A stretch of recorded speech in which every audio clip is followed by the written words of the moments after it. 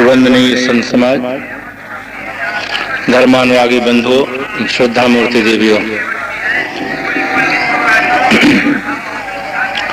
अभी ब्रह्मचारी भूषण जी संत सम्राट श्री कबीर साहब की एक साखी पर सुंदर विवेचन प्रस्तुत किए।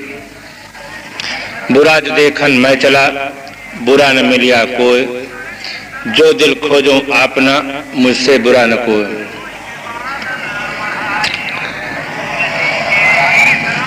संसार के जितने मनुष्य हैं, सभी मनुष्य अपने जीवन में सुख शांति चाहते हैं। जब उनके जीवन में दुख आता है तब वे कल्पना करने लगते हैं कि दुखदाता कोई और है, क्योंकि हम चाहते सुख है, हमें मिलता है दुख। जो हम चाहते हैं उसके अनुरूप हमें फल नहीं मिलता है, इसलिए कोई सुख दुख का दाता है ऐसा उनके मन में विचार आ जाता है।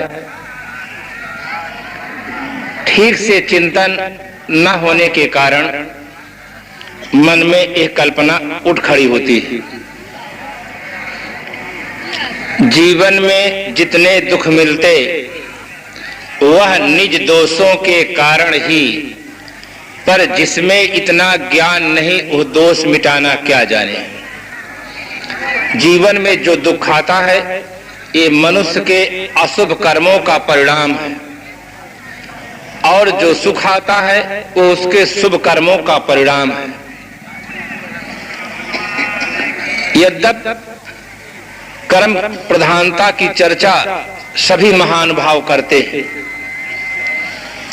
संत सम्राट श्री कबीर साहब ने कहा, कबीर कमाई आपनी निष्फल कभी न जाए, अब बोया पेड़ बबूल का आम कहां देखा है। उनकी बात कितनी साफ है, हर आदमी समझ सकता है। जो आदमी बबूल का पेड़ लगाएगा वो कभी भी उससे आम नहीं प्राप्त कर सकता है। चाहे गुलाब जल से सींचे, चाहे गंगा जल से सींचे, चाहे यूरिया खाद डाले, कभी भी उसमें आम का फल नहीं लग सकता है। जो आदमी अपने जीवन में जिस प्रकार का कर्म करता है उसी प्रकार का संस्कार उसके मन में टिकता है, और कालांतर में वो संस्कार ही उसके दुख सुख का कारण बनता है। महाराज गोस्वामी जी ने भी कहा, कर्म प्रधान विश्व रच राखा, जो जस करे सो तस फल चाखा। कितनी बात उन्होंने साफ कहा कि जो जस करे सो तस फल चाखा। जिस प्रकार से आदमी कर्म करता है उसी प्रकार का फल उसके सामने उपस्थित होता है। पर वस्तु स्थिति का यथार्थ ज्ञान न होने से मनुष्य कहीं और कल्पना करता है कि हमें प्रेरणा देकर कोई बलात् हमसे गलत कर्म करा लेता है और वही हमें फल दाता है। इस प्रकार की कल्पना उसके मन में घर कर जाती है।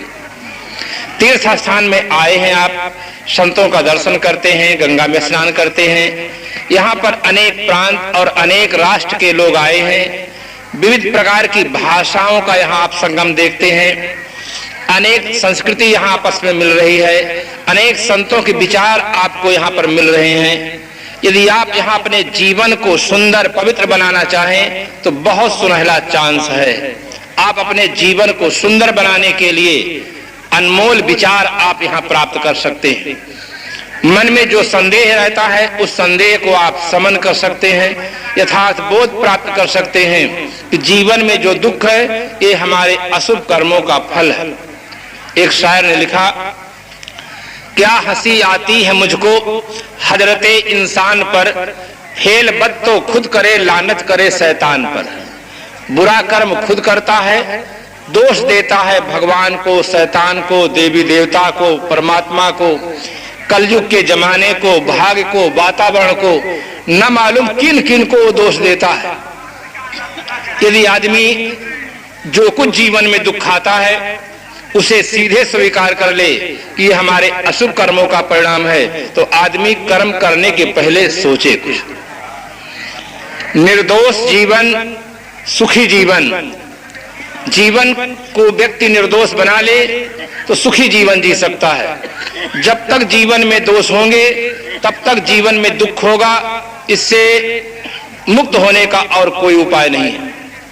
यदि हम दुख से मुक्त होना चाहते हैं तो दोषों से मुक्त होने का प्रयास करें, बुराइयों से मुक्त होने का प्रयास करें। इसके अतिरिक्त अन्यथा उपाय नहीं है। श्रीमद् भागवत महापुराण में कथा आती है, राजा पुरुरवा का जब विशाल पतन हो जाता है, पतन के कारण पर वो विचार करता है, चिंतन करता है कि मैं एक चक्रवर्ती सम्राट हूं, इतना विशाल पतन मेरा क्यों हो गया है, इस पतन का कारण क्या है। तो वहां पर लिखा गया, स्वार्थस्या कोविदम धिंग माम मूर्खः पंडित मानिनम यो अहमीश्वरताम प्राप्त स्त्री भीर्गोखर वज्जिता किम विद्या किम तपसा किम त्यागेना श्रुतेन वा किम विविक्तेना मौनेना स्त्रीभिर्यस्य मनोहृतम किमेतया नो अपकृतम रज्ज्वा वा सर्पचेत सह रज्जु स्वरूपा विदुषो यो अहम यद अजितेन्द्रिया स्वार्थस्या कोविदम धिंग माम मूर्खा पंडित मानिनम। मुझे अपने ही हानि लाभ का पता नहीं है, फिर भी मैं अपने को बहुत बड़ा पंडित मानता। भारतीय संस्कृति में पंडित शब्द बहुत महत्वपूर्ण शब्द है। सत्यासत्य विवेकिनी बुद्धि पंडा यस्यासो स पंडिता। सत्य और सत्य विवेचन करने वाली बुद्धि का नाम पंडा है और वो बुद्ध जिनमें हो उन्हें पंडित कहते हैं। श्रीमद् भागवत महापुराण में समाधान किया गया, पंडितो बंध मोक्षविद। बंधन और मोक्ष का जो ज्ञाता है उसे पंडित कहते हैं। गीताकार की दृष्टि में आया, यस सर्वे समारंभाः काम संकल्प वर्जिताः ज्ञानाग्निदग्ध कर्माणम तमाहु पंडितम बुधाः। जिसने ज्ञान रूपी अग्नि से अपने संपूर्ण कर्मों को दग्ध कर दिया है, तमाहु पंडितम बुधा, उसको बुद्धिमान लोग पंडित कहते हैं। पंडित शब्द बहुत आदरणीय शब्द है। सदगुरु कबीर साहब पंडित का बहुत बड़ा उन्होंने आदर किया। उन्होंने कहा, पंडित से बोलिए हितकारी, मूर्ख से रहिए झकमारी। पंडित व्यक्ति मिले तो उनसे हितकर वचन बोलना चाहिए। कहा ही कबीर सुनो हो संतो बूझो पंडित ज्ञानी।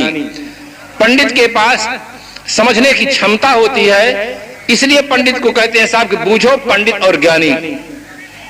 तो जिनमें पांडित्य नहीं है ऐसे पंडित के लिए सदगुरु कबीर साहब ने जरूर कहा है और खूब अच्छी तरह से कहा है कि पंडित बाद बदे सो झूठा, पंडित मिथ्या करो बिचारा, पाणे बूझ पियो तुम पानी, पंडित एक अजरज बढ़ोई। ऐसे अनेक पदों में साहब दूसरे ढंग से भी कहे हैं। जैसे जहां पर उन्होंने गुरु की महिमा पर कहा है कि जाको सदगुरु ना मिला व्याकुल तो दिखाए, आंख न सूझे बावरा घर जरे घूर बुताए, गुरु की दया साधु की संगत निकर आओ यही द्वार। उन्होंने ये घोषणा की है। वहां पर उन्होंने ये भी कहा है कि जाका गुरु है आंधरा चेला काह कराए, अंधे अंधा पेलिया दो कूप पर आए। ये कोई गुरु की आलोचना नहीं हुई। गुरु के नाम पर ऐसे भी लोग गुरु हैं जो कहते हैं कि आप अपने जीवन में राम मंत्र लेंगे कि शिव मंत्र लेंगे। शिष्य पूछता है कि गुरु जी इसमें फर्क क्या है? वो बतलाते हैं कि अगर राम मंत्र लेंगे तो आपको मांस मछली अंडा शराब सब छोड़ना होगा, और शिव मंत्र लेंगे तो सब चलता रहेगा। उन्होंने कहा महाराज तब शिव मंत्र दे दे, यही ठीक है।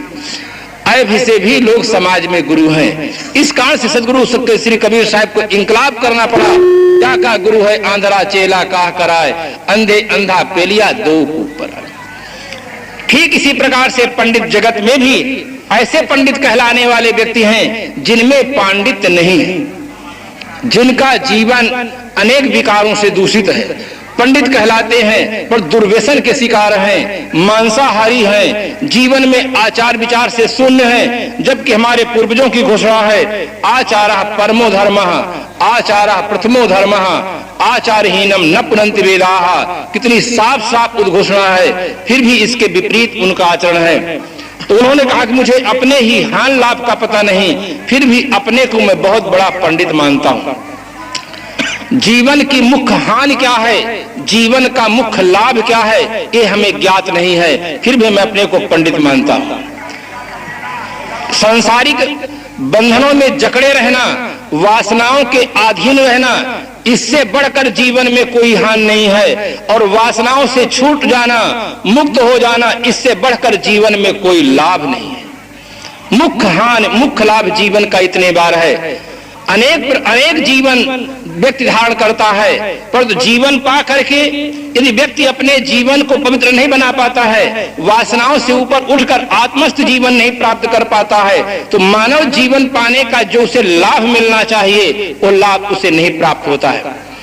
लाभ में दो अक्षर हैं, ला और भा। दोनों अक्षर को पलट दे तो बन जाता है भला। मानव जीवन का लाभ यह है कि आदमी भला आदमी बन जाए। अगर आदमी भला आदमी नहीं बन पाता है तो कोई लाभ उसे नहीं प्राप्त होता है, क्योंकि संसार के जो पदार्थ मिलते हैं, आंख छूटते ही पदार्थ छूट जाते हैं। अधिकार मिलता है, अधिकार छूट जाता है। सम्मान मिलता है, सम्मान छूट जाता है। प्रतिष्ठा मिलती है, प्रतिष्ठा छूट जाती है। जो कुछ मिलता है सब छूट जाता है। मानव जीवन पाने का लाभ है एक अच्छा इंसान बनना, अच्छा आदमी बनना। Be good and do good. अच्छा बनो और अच्छा करो, ये पहला सिद्धांत होना चाहिए। चाहे आप जिनकी उपासना करते हो, चाहे आप जिस ग्रंथ को मानते हो, चाहे आप जिस प्रांत और राष्ट्र में रहते हो, चाहे आप जो भाषा बोलते हो, आपका पहला कर्तव्य होना चाहिए कि एक अच्छा इंसान बनना।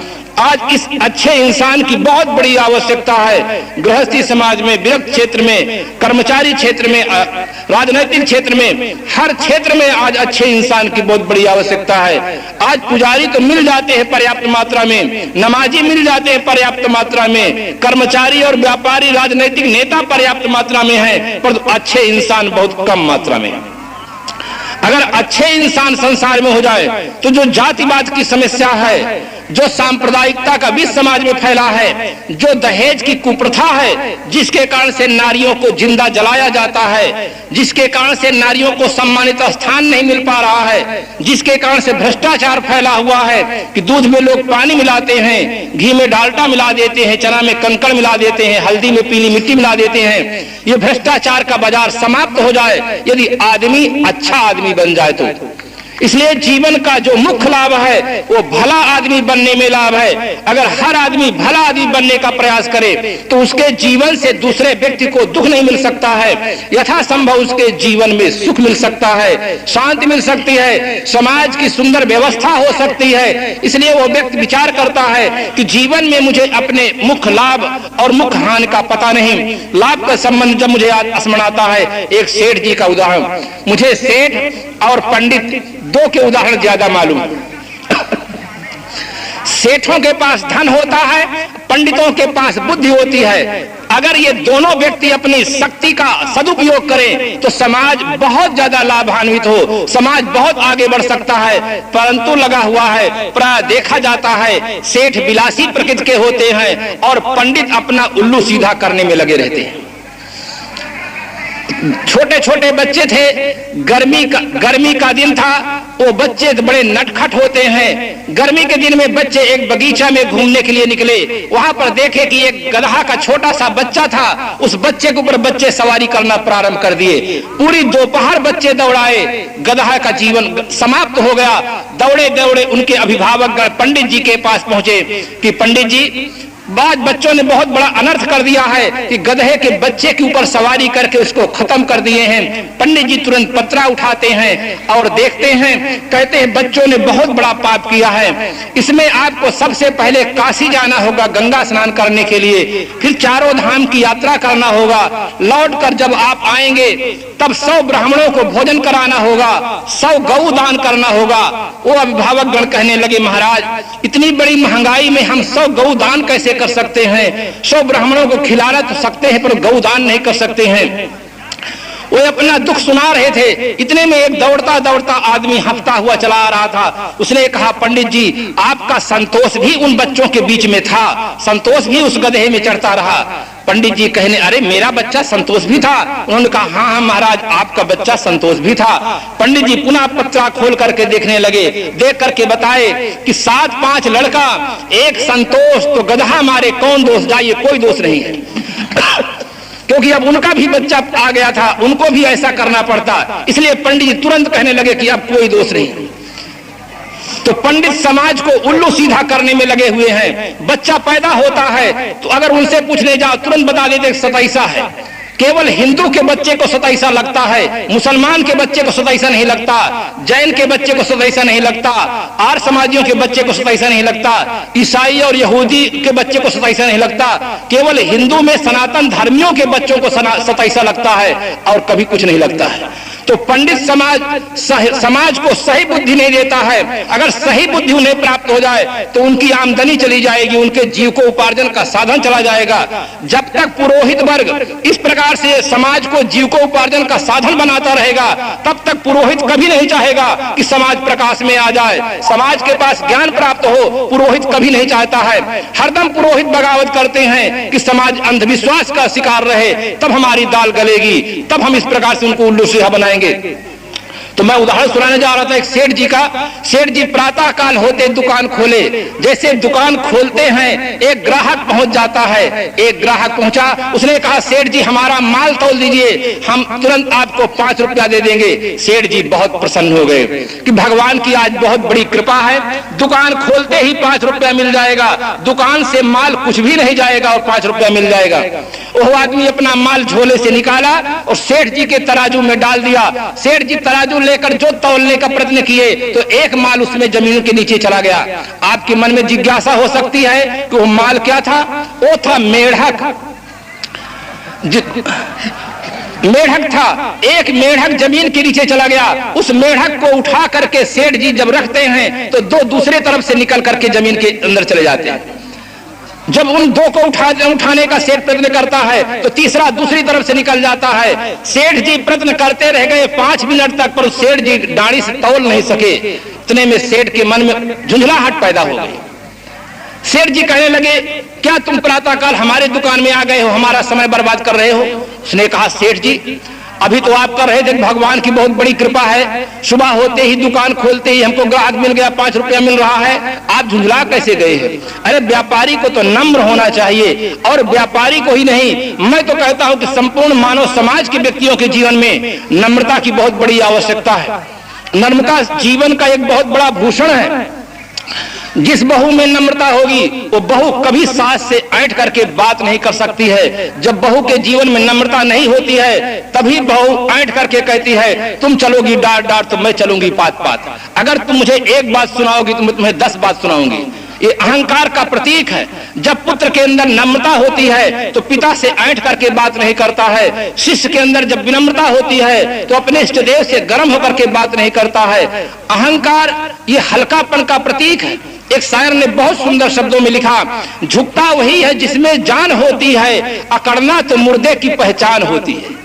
अगर झुकता है आदमी तो वास्तव में उसके अंदर जान होती है। जब तक आपके शरीर के अंदर जान है तब तक आपके शरीर के सब अंग झुकते रह जाते हैं, और जब जान निकल जाती है तो आप एकदम अकड़ जाते हैं। अकड़ना हल्केपन का प्रतीक होता है, इसलिए हर आदमी के अंदर नम्रता की आवश्यकता है। सेठ जी उलझ जाते हैं। उसी समय एक वयोवृद्ध व्यक्ति पहुंच जाता है। उसने कहा सेठ जी आप ग्राहक से क्यों उलझ गए हैं? उसने कहा प्रातः काल ये आदमी आकर के हमारा 5 मिनट समय बर्बाद कर दिया है, ऐसा माल तौलने के दे दिया है कि मैं तौलने का प्रयास बहुत करता हूं तो तौल नहीं पाता हूं। उन्होंने कहा बुद्धि से काम लीजिए। बुद्धि यस्य बलम तस्य निर्बुद्धेस्तु कुतो बलम, जिसके पास बुद्धि है उसके पास बल होता है। आदमी बुद्धिवादी है, बुद्धिजीवी है, इस कारण से हाथी को अपने बस में कर लिया, शेर को अपने बस में कर लिया। आज संसार में जो कुछ हम आश्चर्यजनक विकास देखते हैं उसका श्रेय मानव बुद्धि को ही प्राप्त है। अगर मानव बुद्धिजीवी न होता तो हाथी को बस में न कर पाता, भौतिक यंत्रों का निर्माण न कर पाता, भव्य भवनों का निर्माण न कर पाता, कल कारखानों का निर्माण न कर पाता, रेडियो टेलीविजन वीडियो का जो आविष्कार किया है उसका सारा श्रेय उसके बुद्धि बल को है। वो वयोवृद्ध व्यक्ति बहुत गंभीरता से समझाया कि सेठ जी आप अपनी बुद्धि से काम लीजिए। समस्या का समाधान सही ढंग से अगर करना है, अस्थायी रूप से करना है तो बुद्धि का प्रयोग करें। उन्होंने कहा कृपा करके बताइए मैं कैसे इसको तौलने में अपनी बुद्धि का प्रयोग करूं। उसने कहा दुकान के अंदर से एक कपड़ा लाओ, तराजू के चारों ओर बांध दो कपड़े को और बीच में मेढक को रख दो, माल सब तौल जाएगा।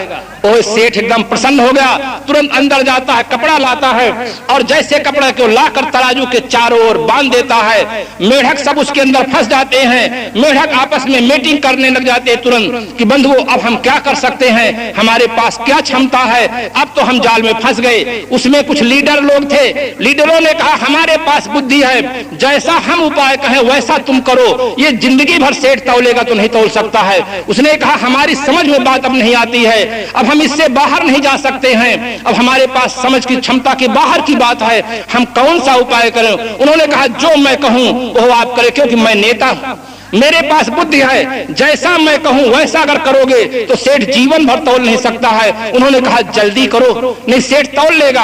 उन्होंने तुरंत उपाय बता दिया कि अब आप बाहर नहीं जा सकते हैं, इसी तरह जो में उछलते और कूदते रहो, सेठ जीवन भर तौल लेगा तो कभी दाढ़ी सही नहीं हो सकती है। जितने मेढक थे सब उसके अंदर उछलने और कूदने लगे। कभी सेठ अंतिम में लाचार सेठ हो जाता है, लाचार हो करके कहता है तुम अपना माल ले जाओ, मुझे पैसे की कोई आवश्यकता नहीं। आज हमारे बंधुओं, आज समाज की यही दशा है। हमारे समाज में कुछ ऐसे नेता हैं जो हरदम भड़काते रह जाते हैं, कुछ हिंदू समाज के नेता हैं, कुछ मुसलमान समाज के नेता हैं, वो आपस में भड़काते रह जाते हैं, अपनी प्रतिष्ठा को बनाए रखने के लिए समाज को लड़ाते रह जाते हैं। कभी जातिवाद के नाम पर लड़ाते हैं, तो कभी संप्रदायवाद के नाम पर लड़ाते हैं, तो कभी मंदिर और मस्जिद का झगड़ा उठा देते हैं। इनको किसी से कुछ मतलब नहीं है, केवल इनका अपना निजी स्वार्थ रहता है। मंदिर और मस्जिद, गिरजाघर, गुरुद्वारा उपासना के स्थल है, अपने अपने इष्ट देव के अनुसार उपासना करने का हर आदमी को अधिकार है। न मंदिर तोड़ना चाहिए, न मस्जिद तोड़ना चाहिए, इनका आदर होना चाहिए, न किसी ग्रंथ को जलाना चाहिए, हर ग्रंथों से सार ग्रहण करना चाहिए। और मंदिर मस्जिद तो उपासना के स्थल है, उपासना के क्षेत्र में विविधता है, उपासना के क्षेत्र की विविधता को कोई आदमी दुनिया का मिटा नहीं सका है। इसी धराधाम में महाराज श्री राम, महाराज श्री कृष्ण, हजरत मोहम्मद प्रभु ईसा मसीह, जगत गुरु शंकराचार्य, स्वामी विवेकानंद, स्वामी राम तीर्थ, दुनिया के बड़े बड़े महापुरुष इस धरती पर आए, पर इस उपासना की विविधता को कोई मिटा नहीं सके। मिटना अच्छा भी नहीं है, संभव भी नहीं है। इसलिए इस विविधता में एकता बनाए रखने के लिए हर संभव प्रयास करना चाहिए। अपने इष्ट देव की आराधना करते हुए दूसरे के इष्ट देवों का हमें आदर करना सीखना चाहिए। मानव मंदिर, मस्जिद, गिरजाघर, गुरुद्वारा बनाता है, मानव ही भगवान की मूर्ति को बनाता है, मानव उसके सामने जाकर हाथ जोड़कर प्रार्थना करता है, तुमेव माता च पिता, तुमेव बंधु च सखा, तुमेव विद्या द्रविणम, तुमेव सर्वम मम देव देवा कहके साष्टांग प्रणाम करता है, अपने हृदय की श्रद्धा समर्पित करता है। अगर किसी कारण से असंतुष्ट हो जाए तो मानव उन मूर्तियों को तोड़ करके फेंक भी देता है। इसलिए मानव तू सबसे महान, मानव सबसे महान प्राणी है, अपनी गरिमा को भूल गया है। समस्त संसार में जितने संप्रदाय हैं, इन संप्रदायों का जन्मदाता इंसान है, इन संप्रदायों का प्रचार करने वाला इंसान है, इनमें नन और नच करने वाला भी इंसान है, परंतु मानव आज अपनी गरिमा को भूल गया है, अपने स्वरूप को भूल गया है। इस कारण से उसके जीवन में दुख है, अशांति है, अनेक समस्याओं का आदमी शिकार बना हुआ है। तो मैं कह रहा था कि उसने चिंतन किया कि मुझे अपने जीवन में हानि और लाभ का पता नहीं है, फिर भी मैं अपने को बहुत बड़ा पंडित मानता हूं। अंतिम पंक्ति में उन्होंने कहा कि मैं तया नो अकृतम रज्ज्वा वा सर्पचेत सह रज स्वरूपा विदसो यो अहम यदि चेन्द्रियः। जैसे मार्ग में रस्सी पड़ी हो, रस्सी को कोई व्यक्ति देख करके सर्प की कल्पना कर ले और उस पर दौड़े, गिर पड़ने पर चोट लग जाए तो उसमें रस्सी का कोई दोष नहीं है, दोष उस व्यक्ति का है जिस व्यक्ति ने रस्सी में सर्प की कल्पना कर लिया है। इसी प्रकार से दोष इन उर्वशियों को नहीं है, दोष मेरा है। यो यद अजितेंद्रियः, जो मुझ में अजितेंद्रिय दोष है, इस दोष के कारण से मेरा इतना विशाल पतन हुआ है। बंधुओं, दुनिया का हर आदमी अपने हृदय पर हाथ रख करके सोचे कि मेरे पतन का मूल कारण केवल है, तो यो यद अजितेंद्रियः, अजितेंद्रिय दोष के कारण से ही आदमी के जीवन का पतन होता है। यदि आदमी अपने जीवन में इस दोष से मुक्त कर ले तो निश्चित है कि आदमी निर्दोष जीवन और सुखी जीवन जी सकता है। ताश अनेक व्यक्ति खेलते हैं, ताश में 52 पत्ते होते हैं, 3 पत्ते ऐसे होते हैं जिसमें मनुष्य का फोटो लगा रहता है, उसे हम एक गुलाम, बेगम और बादशाह कहते हैं। जो बेगम से जीत जाता है उसे बादशाह कहते हैं, और जो बेगम से हार जाता है वो गुलाम होता है। बादशाह कौन है, बेगम कौन है, गुलाम कौन है, ये उसकी परिभाषा हुई। बेगम में वहां पर स्त्री है, बेगम में यहाँ पर हमारी और आपकी इंद्रियां हैं। इंद्रियों पर जो व्यक्ति विजय प्राप्त कर लेता है वो बादशाह होता है, उसका जीवन स्वतंत्र होता है। जो इंद्रियों से निगृहित हो जाता है वो गुलाम होता है, उसका जीवन परतंत्र होता है। अब हम क्या बनना चाहते हैं, इसका उसका चुनाव हम स्वयं करें। हम गुलाम बनना चाहते हैं कि बादशाह बनना चाहते हैं? फेल होना चाहते हैं कि पास होना चाहते हैं? पास होना होगा तो परिश्रम करना होगा, और फेल होना है पढ़ाई बंद कर दे, परिश्रम ना करे, फेल तो अपने आप हो जाएंगे। इसी प्रकार से स्वर्ग जाने के लिए, कल्याण प्राप्त करने के लिए आदमी को पुरुषार्थ करना होगा। अगर हम नरक जाना पसंद करते हैं, दुख में पड़े रहना पसंद करते हैं, पुरुषार्थ की कोई आवश्यकता नहीं, हमें अपने आप मिल जाएगा। यहाँ नेकी बदी दो रास्ते हैं, गौर से सुन लो, तुम्हें चलना है जिस मार्ग से, अपना रास्ता चुन लो, मगर चलने से पहले सोच लो अंजाम क्या होगा। भलाई कर भला होगा, बुराई कर बुरा होगा। हमें जीवन यापन करने के लिए दो पथ हैं। एक पथ को पूर्वजों ने हमारे श्रेय पथ कहा, दूसरे पथ को उन्होंने प्रेय पथ कहा। श्रेय पथ कल्याण का पथ, प्रेय पथ प्रिय पथ संसार का पथ, ये दो पथ हैं। इन दो पथ में से एक पथ में से हमें चलना होगा। इसलिए मैं एक पुस्तक ही लिखा, उसका नाम है दो में से एक, आइदर ऑफ द टू। दो में से एक हर आदमी को बनना होगा, चाहे वो जो बने, चाहे वो अपने जीवन का जो लक्ष्य निर्धारित करे। इसलिए हमें आवश्यकता है कि जीवन में जो दोष हैं, इन दोषों को परित्याग करके जीवन को सुंदर बनाने का प्रयास करें। बहुत सुनहरा चांस है। हम गंगा स्नान करने के लिए यहाँ आए हैं, तीर्थ भूमि में आए हैं। तन और मन दोनों को सुंदर बनाने का प्रयास करें। तन सुंदर बनाने का हमारे पास अनेक प्रकार के साधन हैं, पर बंधुओं मन को सुंदर बनाने का साधन हम सोचें हमारे पास कितना है। मन की सुंदरता के अभाव में तन की सुंदरता अभिशाप होती है।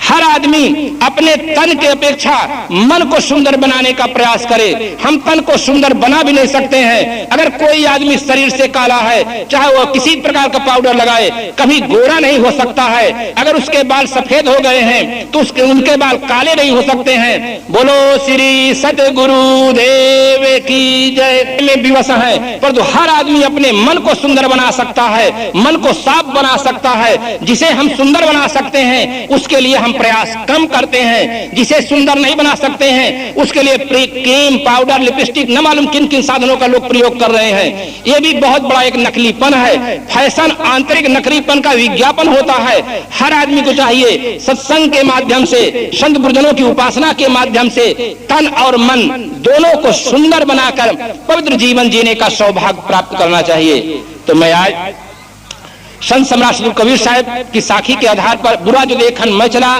बुरा न मिलिया कोई, जो दिल खोजूं आपनो मुझसे बुरा न कोई। हर आदमी अपने जीवन को निर्दोष और पवित्र बनाने के लिए पुरुषार्थ करें। पुरुषार्थ साध्य है, भाग्य साथ नहीं। भाग्य के भरोसे आप न बैठे कि महाराज हमारे भाग्य में लिखा होगा तो हम अपने जीवन को सुंदर बना लेंगे, भजन और भक्ति करेंगे और कल्याण करेंगे। भाग्य में ये नहीं लिखा रहता है कि आप अमुक प्रकार का जीवन जिए या अमुक प्रकार का जीवन न जिए। इसके लिए पुरुषार्थ करना पड़ता है। संपूर्ण मानव समाज के लिए साहस का प्राण फूंकते हुए सदगुरु कबीर साहब ने कहा, कर बहिया बल आपनी छाण बिरानी आस, जाके आंगन नदिया बहे सो कसमरे पियास।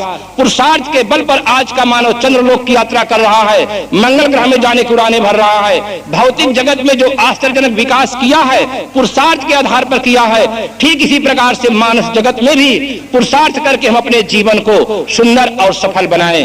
बोलो श्री सतगुरु। विभिन्न राष्ट्रों के धार्मिक प्रवृत्ति के नर नारी यहाँ पर उपस्थित हुए। अपने अपने श्रद्धा भावना के अनुसार लोग संगम में गंगा में स्नान किए, दान दक्षिणा किए, संत दर्शन किए, संतों को वाणी को सुने। ये एक बहुत बड़ा माध्यम हो जाता है लोगों से मिलने का। इसलिए लोगों ने बहुत अच्छा नाम रखा संगम। यहाँ पर केवल नदियों का ही संगम नहीं होता है, अनेक प्रांत, अनेक राष्ट्र के व्यक्तियों का भी संगम होता है, अनेक संस्कृतियों का संगम होता है, अनेक प्रकार की विचारधाराओं का संगम होता है। आप किसी मंच से भी आप सुने होंगे जिस दिन 3 तारीख को विभिन्न मत के अग्रज यहाँ पर उपस्थित थे। सभी अपने अपने विश्वास और मान्यताओं के आधार से अपने विचार प्रस्तुत करते थे। अनेक प्रकार के जो अनेक प्रांत के जो व्यक्ति यहाँ पर मिले हैं, उन व्यक्तियों के आप संस्कृति, सभ्यता, रहन सहन उसको भी आप देखते हैं कि किस प्रकार के इनके शरीर की आकृति, किस प्रकार के वेशभूषा पहनते हैं, कैसे विचित्र विचित्र भाषा बोलने वाले लोग यहाँ मिलते हैं। तो सचमुच इस संगम में अनेक प्रकार का संगम हो रहा है। और जीवन भी एक संगम ही है। जड़ और चेतन के संगम का नाम जीवन है। चेतन की अनुपस्थिति का नाम मृत्यु, चेतन की उपस्थिति का नाम जीवन है। जीवन दो चीजों के मेल से बनता है, शरीर और चेतन। शास्त्रों की भाषा में इसे प्रकृति और पुरुष कहते हैं, दृष्टा और दृश्य कहते हैं, क्षेत्र और क्षेत्रज्ञ कहते हैं। ये सब भाषा है। शरीर चाहे नर का शरीर हो या नारी का शरीर हो, सबका शरीर भौतिक तत्वों से बना हुआ है। सबके शरीर में एक समान चेतना विराजमान है। सबको शरीर के लिए पदार्थ की आवश्यकता होती है। ज्ञानी से ज्ञानी व्यक्ति होगा, पर जब उसे भूख लगती है तब उसे पदार्थ की आवश्यकता होती है। पदार्थ में फर्क हो सकता है। आप अन्न लेते हो, वो अन्न ना खाते हो, दूध लेते हो। वे दूध ना पाते हो, फल लेते हो, रस लेते हो। पर शरीर के लिए भौतिक पदार्थ की ही आवश्यकता होती है। शरीर की भूख पदार्थ से शांत होती है और मन की भूख ज्ञान से शांत होती है। लोग यही भूल कर जाते हैं। शरीर की भूख मिटाने के लिए पदार्थ देते हैं तो समझ लेते हैं कि मन की भूख भी पदार्थ से ही शांत होगी। ये उनके दिमाग में भ्रम हो जाता है और जीवन पर्यंत पदार्थों का उपभोग करते हैं, परंतु मन की भूख मिटती नहीं। शरीर की भूख सीमित है। एक पाव, आधा किलो, 1 किलो, कुछ किलो में भूख समाप्त हो जाती है, परंतु मन की भूख समाप्त नहीं होती है।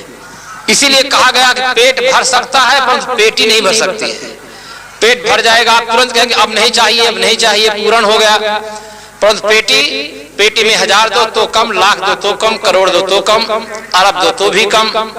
भारत के अगर राष्ट्रपति बन गए तो भी कम है। विश्व के राष्ट्रपति बनना चाहिए, विश्व के राष्ट्रपति बन गए तो ये मन में कल्पना होती कि भौतिक और अभौतिक सभी हमारे शासन में रहे। मन की भूख कभी भी पदार्थ से शांत नहीं होती है। मन की भूख ज्ञान से शांत होती है। इसलिए जीवन में हमें दोनों की बहुत बड़ी आवश्यकता है, पदार्थ और ज्ञान की। आज अधिकांश व्यक्ति पदार्थ के लिए तो परिश्रम किए, आज उनके जीवन में पदार्थ का अभाव नहीं खटकता है, पर दूसरे दिशा में वो प्रयत्न नहीं किए। इस कारण से उनके जीवन में अभाव खटकता है।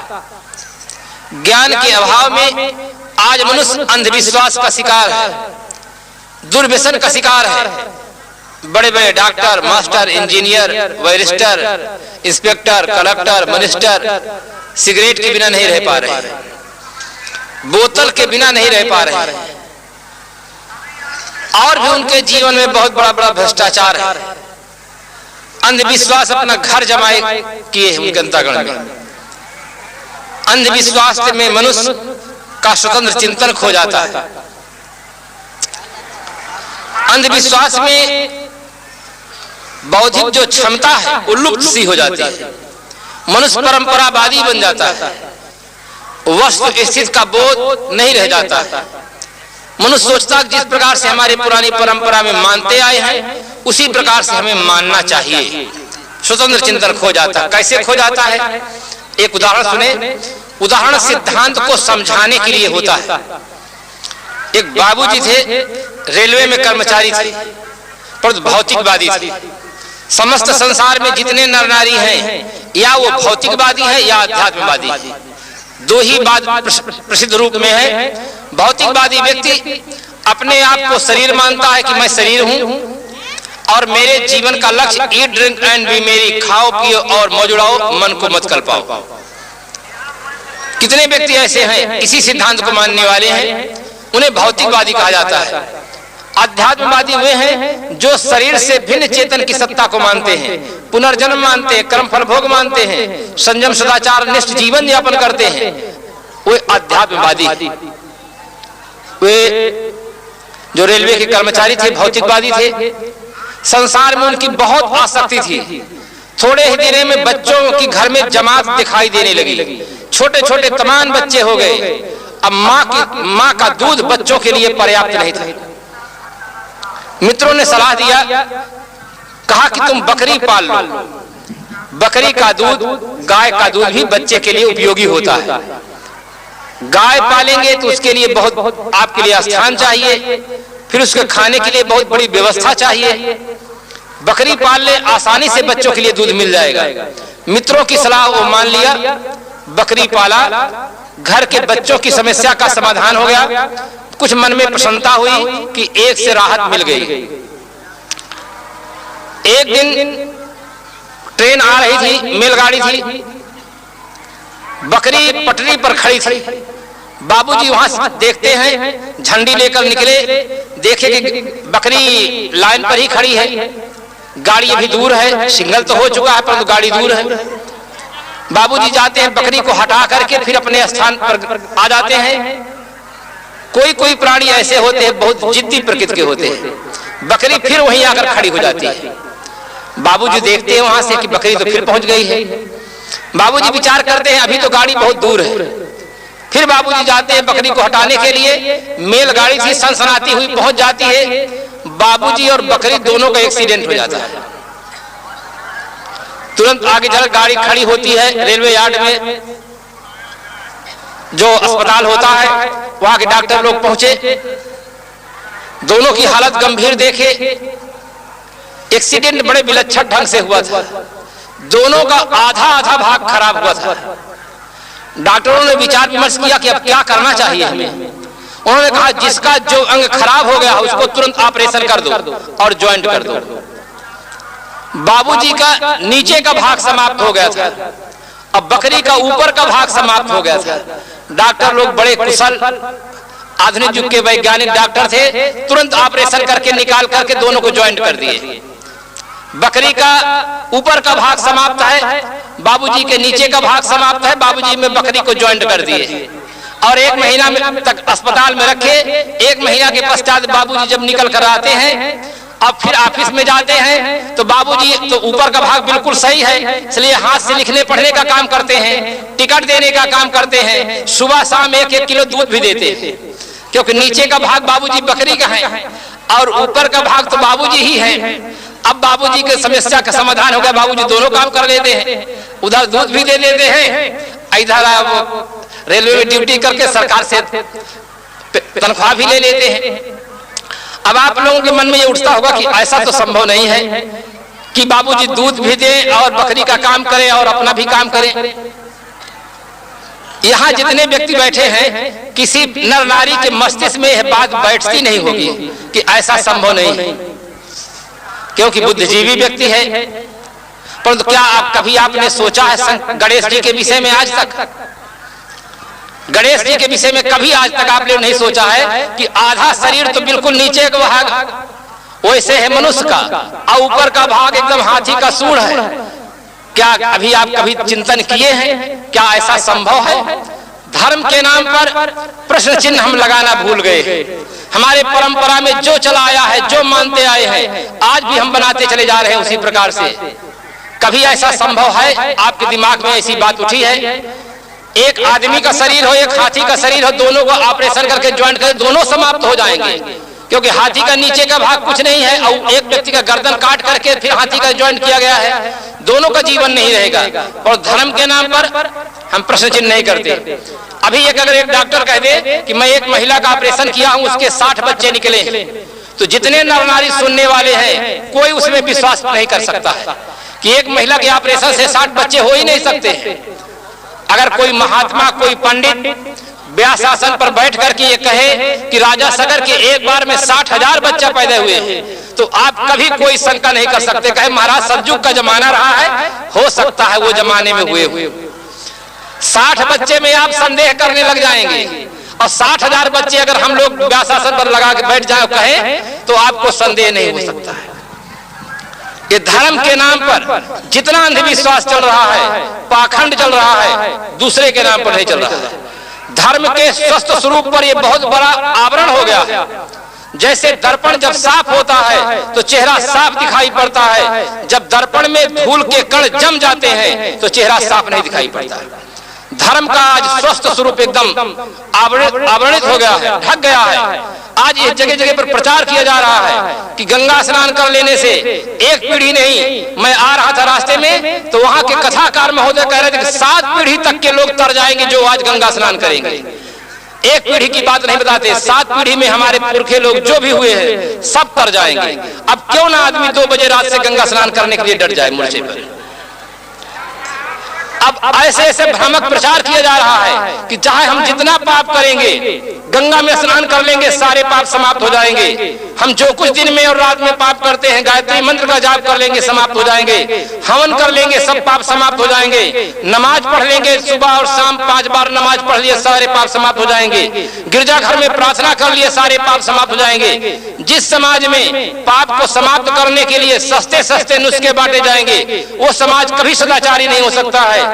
उस समाज के लोग कभी इस प्रकार से नैतिक जीवन नहीं यापन कर सकते हैं। आज हमारे देश की ही दशा है, सिया राम में सब जग जानी और बेचे दूध मिलावे पानी।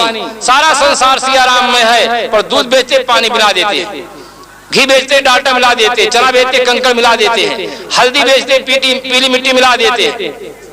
ऐसा मालूम पड़ता सब मिक्सचर का युग, क्योंकि यहाँ सुविधा बहुत। थोड़ा सा भी हम कुछ काम करें तो उसमें तुरंत हमें सस्ते नुस्खे देने वाले मिल जाएंगे। हाँ, इस प्रकार से सत्यनारायण भगवान की कथा सुन लो, अमावस्या और पूर्णिमासी के दिन तो पुत्र न हो तो पुत्र हो जाएगा, धन न होगा धन हो जाएगा, मुकदमा में डिग्री हो जाएगी, ये लोग के सुखम भुक्त्वा चांते सत्य परम यो, ये लोक में सुख भोग करके परलोक में मोक्ष गति को प्राप्त हो जाएंगे। जहाँ इतनी बड़ी सुविधा मिलती हो वहां का आदमी सही रूप में धार्मिक नहीं हो सकता है। धार्मिक होना बिल्कुल अलग बात है, धार्मिक दिखना अलग बात है। होने और दिखने में बहुत बड़ा अंतर है। देखना तो बहुत आसान है, ऊपर से है। कोई आदमी स्नान कर लिया है, 1 लोटा पानी ले लिया है, मंदिर में चला गया है, पानी देवताओं को स्नान करा दिया, अगरबत्ती लगा कर आरती कर दिया, चावल छिड़क दिया, हम उसे समझ गए कि ये बहुत बड़ा धार्मिक आदमी है। परंतु वही आदमी जब दुकान में जाता है तो घी में डालडा मिला देता है, नाप तौल में कमी कर देता है, वस्तु में मिलावटबाजी करता है। तो धार्मिक दिखना अलग बात है, धार्मिक दिखना बहुत आसान है। 5 बार अगर हम नमाज पढ़ लिए, फिर चाहे बकरा खाएं, चाहे मुर्गी खाएं, चाहे कुछ भी काटे, सब हम पक्के धार्मिक हो जाएंगे।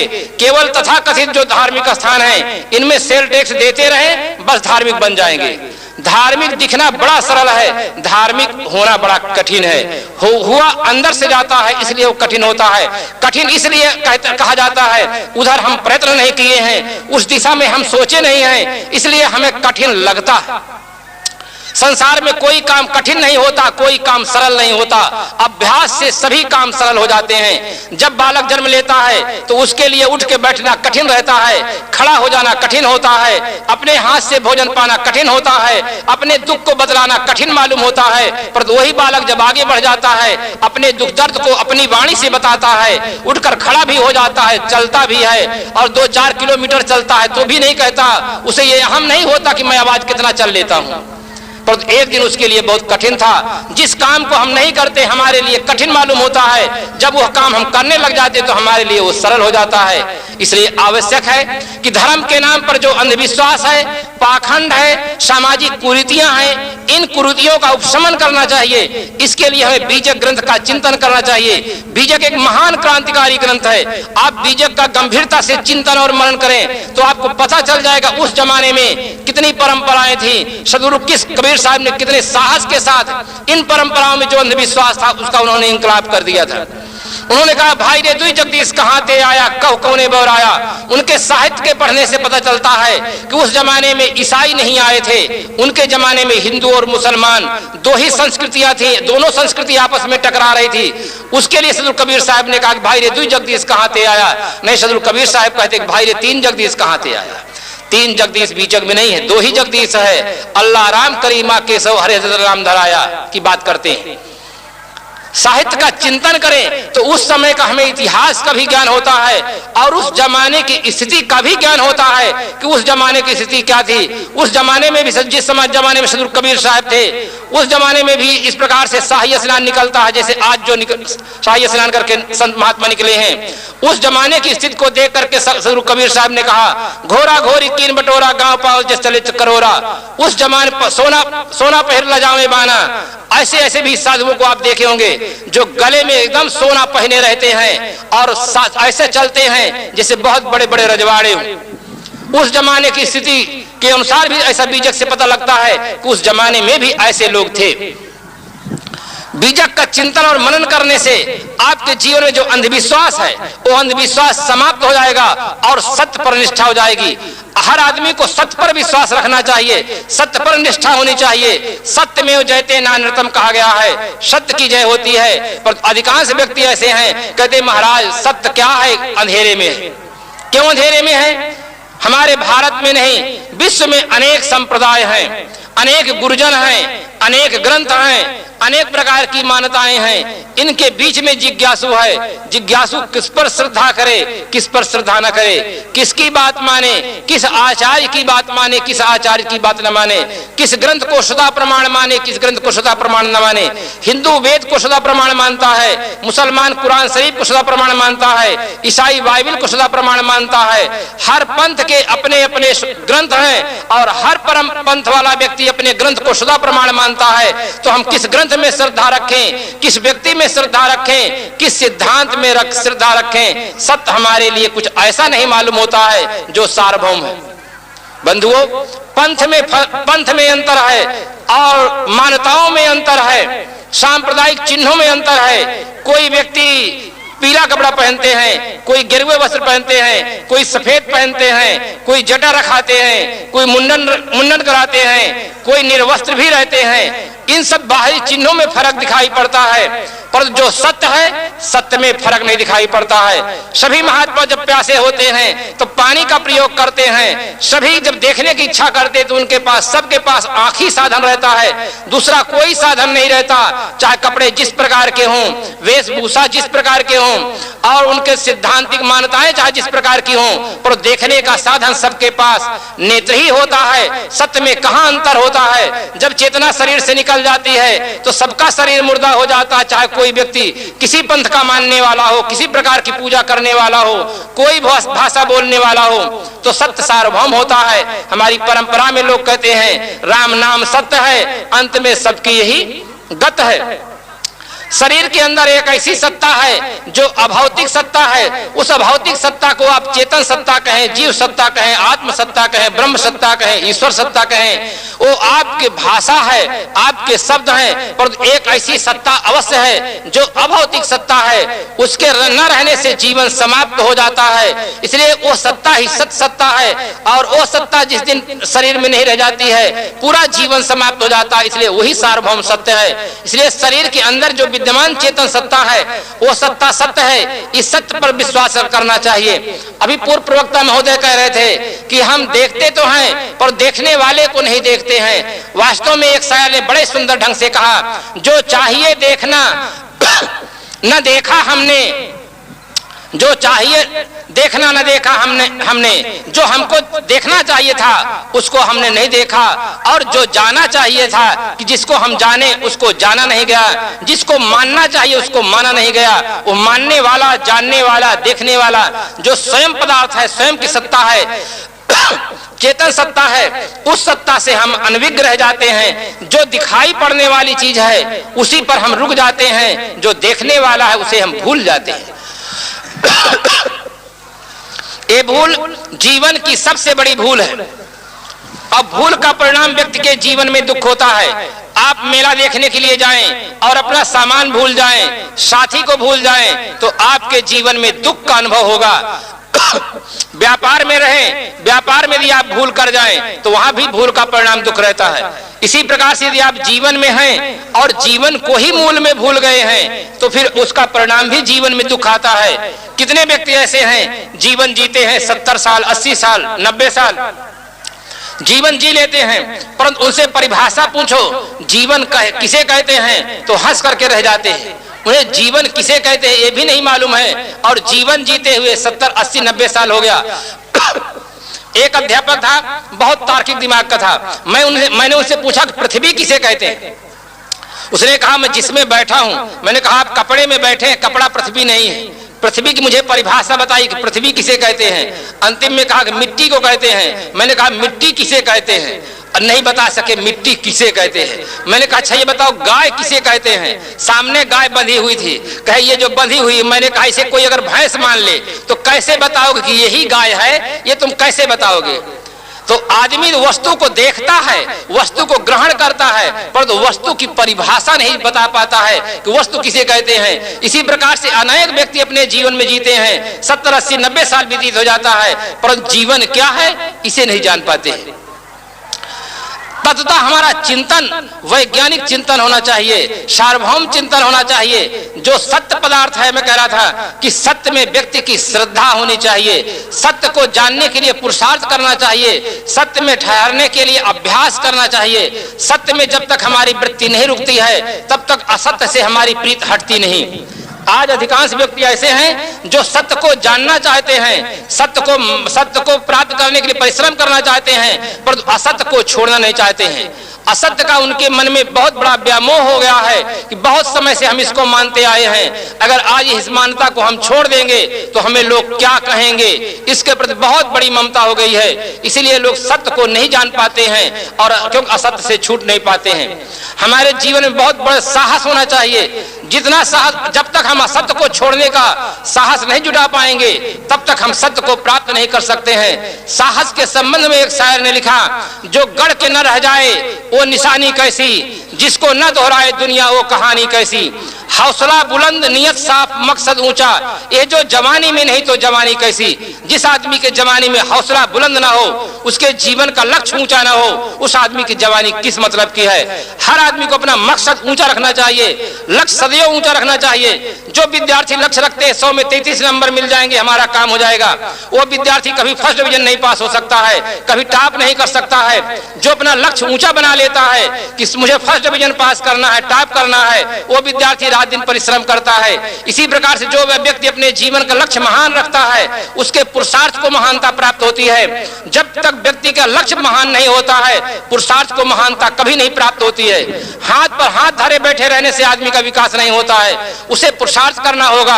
पुरुषार्थ के आधार पर ही आज का आदमी चंद्रलोक की यात्रा कर रहा है, मंगल ग्रह में जाने की उड़ानें भर रहा है, रेडियो टेलीविजन वीडियो का आविष्कार किया है, और भी संसार में उसने जो कुछ आश्चर्यजनक विकास किया है उसका सारा श्रेय पुरुषार्थ को प्राप्त है। पर जब धार्मिक जगत की ओर सदगुरु कबीर साहब ने देखा कि यहाँ पर लोग अवैज्ञानिक मान्यताओं के शिकार हो गए हैं और वो कहने लगे हैं कि महाराज जो कुछ करेगा सब ऊपर वाला करेंगे, हमारे पास कोई क्षमता नहीं है, हम नहीं कर सकते हैं। होई वह जो राम रचि राखा, को कस तरक बढ़ावे शाखा, मुद्दई लाख बुरा चाहे तो क्या होता है, वही होता है जो मंजूरे खुदा होता है। जब इस प्रकार की अवैज्ञानिक मान्यताओं के लोग शिकार हो गए, उस जमाने में साहस का प्राण फूंकते हुए सदगुरु कबीर साहब ने कहा, करु बहिया बल आपनी छाण बिरानी आस, जाके आंगन नदिया बहे सो कस मरे प्यास। अपने बाहुबल का भरोसा रखो। जो आदमी स्वयं पुरुषार्थ नहीं करता है वो आदमी उन्नत नहीं कर सकता है। जिस प्रकार से हम भौतिक विकास पुरुषार्थ के माध्यम से करते हैं उसी प्रकार से हर आदमी को आध्यात्मिक जगत में भी पुरुषार्थ का सहारा लेना होगा। कभी न सोचेंगे महाराज हमारे भाग में लिखा होगा तो हम भक्त बनेंगे, संत बनेंगे, साधना करेंगे, अभ्यास करेंगे। अगर महाराज हमारे कर्म में नहीं लिखा होगा तो हम क्या कर सकते हैं। मानव जीवन सर्वतंत्र स्वतंत्र जीवन है।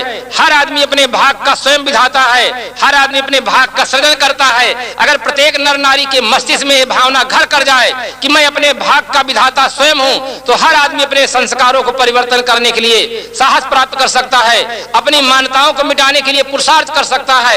आज कितना बड़ा हमें सौभाग्य प्राप्त है कि आज हमें दोनों दिशा को पवित्र करने का अवसर प्राप्त है। शारीरिक और मानसिक शुद्धि पुरुषार्थ के बिना संभव नहीं है। नदियों नदियों में स्नान कर लेने मात्र से, अमुक प्रकार का धार्मिक कर्मकांड कर लेने मात्र से मानसिक जगत निर्मल नहीं हो सकता है। मानसिक जगत को निर्मल बनाने के लिए आत्मा अनात्मा का ज्ञान आवश्यक है, उसके अभाव में मानसिक जगत निर्मल नहीं हो सकता है। आज भौतिक जगत में कितनी सुंदर सुंदर वस्तुएं बन रही हैं, आप उन वस्तुओं को देखकर आपके मन में एक बार आकर्षण पैदा हो जाता है और वस्तुएं अस्थायी दिखाई देने पड़ने लगती हैं, परंतु मानसिक जगत सुंदर न होने के कारण से ग्रह कला मच जाता है। मकान चाहे जितना सुंदर बना हो, मकान में वस्तुएं चाहे जितनी अधिक मात्रा में हो, मकान में रहने वालों व्यक्तियों का अगर जीवन अच्छा न होगा, उनका मानस जगत सुंदर न होगा, तो मकान में सुख और शांति नहीं रह सकती है, सुव्यवस्था नहीं हो सकती है, ग्रह कला मच जाता है। राष्ट्र में आज जो चारों तरफ चतुर्दिक समस्याएं खड़ी हुई हैं, जो अशांति का तांडव नृत्य हो रहा है, किसके कारण से? मानसिक जगत के परिष्कार न होने के कारण से है। आज आदमी ही आदमी को मार रहा है, आदमी ही आदमी को धोखा दे रहा है, आदमी आदमी के साथ जो छल कर रहा है, घृणा की दृष्टि से आदमी देख रहा है, ये मानसिक जगत की अशुद्धि के कारण से है। यदि मानव का मानस जगत सुंदर हो जाए तो संसार की बहुत जल्दी व्यवस्था में परिवर्तन हो सकता है। आर्थिक सुधार पर, आर्थिक जगत में परिवर्तन करना बहुत आसान है, मानसिक जगत को बदलना बहुत कठिन है। बहुत बड़े पुरुषार्थ की आवश्यकता होती है। धन तो हम दूसरे व्यक्ति का हड़प कर सकते हैं, पर तो उसके मानस जगत की विकृति को हम जबरदस्ती से उसे शुद्ध नहीं बना सकते हैं, सुंदर नहीं बना सकते हैं। ये वो काम वही व्यक्ति कर सकता है। संसार में दो प्रकार से हम काम ले सकते हैं। कुछ काम ऐसे हैं जिसे हम स्वयं नहीं करते हैं, नौकर से करा लेते हैं, अपने व्यक्तियों से करा सकते हैं, दूसरे व्यक्तियों से करा सकते हैं। कुछ काम ऐसे हैं जिसे हमें स्वयं करना पड़ता है, जैसे पलंग बिछाने का काम नौकर कर सकता है, लाइट और पंखे की व्यवस्था हमारे दूसरे व्यक्ति कर सकते हैं, भोजन बनाने की व्यवस्था दूसरे व्यक्ति कर सकते हैं, पर भोजन स्वयं को ग्रहण करना पड़ेगा, तब भूख क्षुधा की शांति होगी। पलंग में स्वयं विश्राम करना होगा, तब थकावट की शांति होगी। इसी प्रकार से हमें साधना के क्षेत्र में स्वयं उतरना होगा, स्वयं मन को निर्मल बनाना होगा। संत गुरुजन मार्गदर्शक होते हैं, पथ प्रदर्शक होते हैं, प्रेरणा स्रोत होते हैं, पर उन प्रेरणाओं को प्राप्त करके अपने जीवन में हमें स्वयं प्रयोग करना होगा, तब मानसिक जगत निर्मल होगा। अब मानसिक जगत की निर्मलता की आज बहुत बड़ी आवश्यकता है। भौतिक क्षेत्र में आज आदमी समर्थ है, भौतिक क्षेत्र में उसकी आवश्यकता की पूर्ति कर लिया है। हर आदमी के पास आज भोजन की व्यवस्था है, आवास की व्यवस्था है और सब व्यवस्था है, पर मानस जगत निर्मल न होने से अंधविश्वास का शिकार है, दुर्व्यसन का शिकार है, अवैज्ञानिक मान्यताओं का शिकार है। राष्ट्र में समस्याओं का अंबार लगा हुआ है और यहाँ तक समस्याओं का अंबार लगा हुआ है कि मानव का मूल भी घट गया है। आज के इस वैज्ञानिक युग में हर चीजों का मूल बढ़ा है। आप सोने का मूल देखें तो सोने का मूल हजारों गुना आज के युग में बढ़ गया है। 20 रुपया तोला सोना था, आज 2000-3000 रुपया से भी अधिक सोने का मूल बढ़ गया है। कितना सोने का मूल बढ़ा है, लोहे का मूल बढ़ा है, खाद्य पदार्थों का मूल बढ़ा है, पर आदमी का मूल घट गया है। क्यों ऐसा हो गया है? इस कारण पर कभी चिंतन करना चाहिए, विचार करना चाहिए। समस्त उन्नत का श्रेय मानव को ही प्राप्त है। इंसान के बच्चे ने ही चंद्रलोक की यात्रा किया है, इंसान के बच्चे ने ही धरती में स्वर्ग जैसी सुविधाओं प्रदान किया है। आज जो कुछ हम ये कुंभ मेला में देख रहे हैं, जितनी सुविधाएं देख रहे हैं, उसका भी सारा श्रेय इंसान के बच्चे को ही प्राप्त है। इसलिए आवश्यक है कि मानव जो महान प्राणी है अपनी महानता को समझे और उसके अनुसार जीवन बनाने का प्रयास करे। तो आज के मैं अपने प्रवचन के समय में मुख्य रूप से यह बतलाने का प्रयत्न किया हूं कि मानव अपने भाग का स्वयं विधाता है और उसे सद्गुरु और संतों का आधार लेकर के अपने जीवन को सुंदर बनाने का पुरुषार्थ करना चाहिए।